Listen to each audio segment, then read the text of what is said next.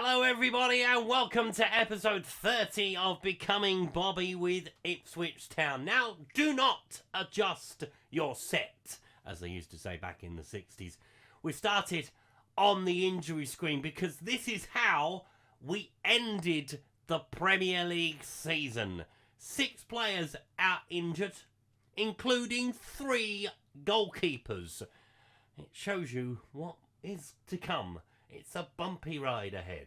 But after being knocked out by Braga in the Europa Conference League, we did beat West Ham by 4-1. 2 for Anthony, 1 an absolute beauty as well. Eze with a penalty, Justin Claver with the other goal, Jared Bowen with the reply for West Ham. So the clean sheet went 10 minutes from time, but we did beat the Hammers.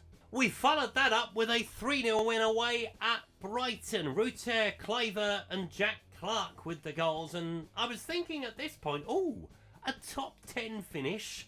Maybe we might finish in the European places after all. But then the wheels fell off the wagon. So Paz was injured in the 2nd minute of this game. Carl Rushworth was already out. He has come back and then got injured again. So Ben Johnson was in goal for our hosting of Wolverhampton Wanderers. Cunha and Striek with the goals for Wolves. So after calling up one youngster from the under-21s, that goalkeeper got injured as well. Fleshton, I think his name is. I apologise if I haven't got it right.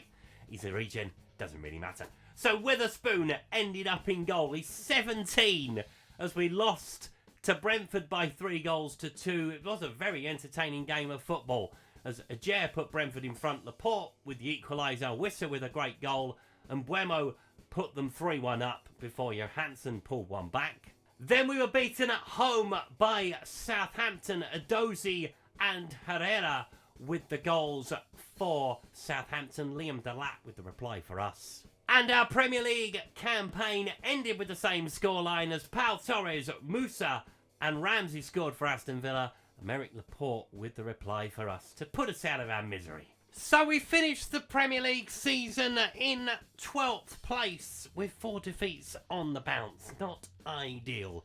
So we were really not in the running for the European places in the end. I think if we'd have continued it on for the final 4 games, we might well have pushed it very close. But we will never know. So down the bottom of the table, Wolves have gone, Burnley have gone, as have Nottingham Forest. Brentford's win on the final day saw them survive. Leeds just about did enough in the final few weeks. Aston Villa's win on the final day also secured their Premier League safety. Had results gone the other way, they may well have gone down. Aston Villa. Southampton very much safe in the end with 2 wins from their final 2 games. Brighton ended the season just as badly as we did.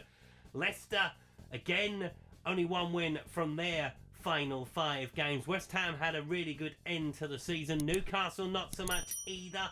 They lost their final 2 games, having not won the previous 3. Bournemouth beat them to 8th place and probably European football for them next season. Manchester United finish in the Conference League place, so that might be upgraded to a Europa League place depending on things happening. They didn't win in their last 5 either. Everton finished 6th with 66 points. Chelsea also had 66 points, so they beat Everton by 2 goals in the end. A point further forward, Tottenham finished in 4th with 2 wins in their final 2 games to secure Champions League football. Arsenal, a distant 3rd, it has to be said, on 74. Manchester City also a distant 2nd, 10 points behind, although they did win 4 of their last 5 as Liverpool claimed the title, 10 points clear of Manchester City. So, what happens next, I hear you say? Well, it all depends really on the World Cup, doesn't it? Because we know that the World Cup will churn the manager pool. Because if teams don't perform in the tournament, then they will get rid of their respective managers. Managers from league clubs might well take jobs, unemployed managers, and it's going to be a very, very hectic summer. Where are England? Let's have a look. What group are England in? They are in with Germany, with Peru and Saudi Arabia. That's a tricky group for Gareth Southgate's England. Any of the other big nations in with somebody?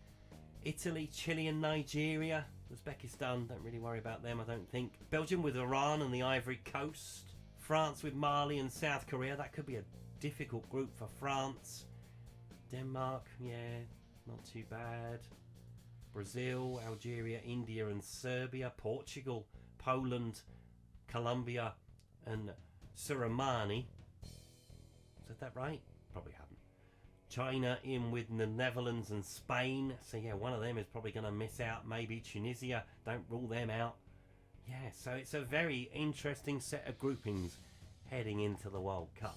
So in all honesty, I think we're at a bit of a crossroads in the series now. I think I've done pretty much all I can with Ipswich. I know Bobby won some trophies while he was with them, but I feel in this day and age that mid-table, I mean, we had a great season last year, finishing 8th. Don't get me wrong, we got into Europe by accident, if almost, in the end.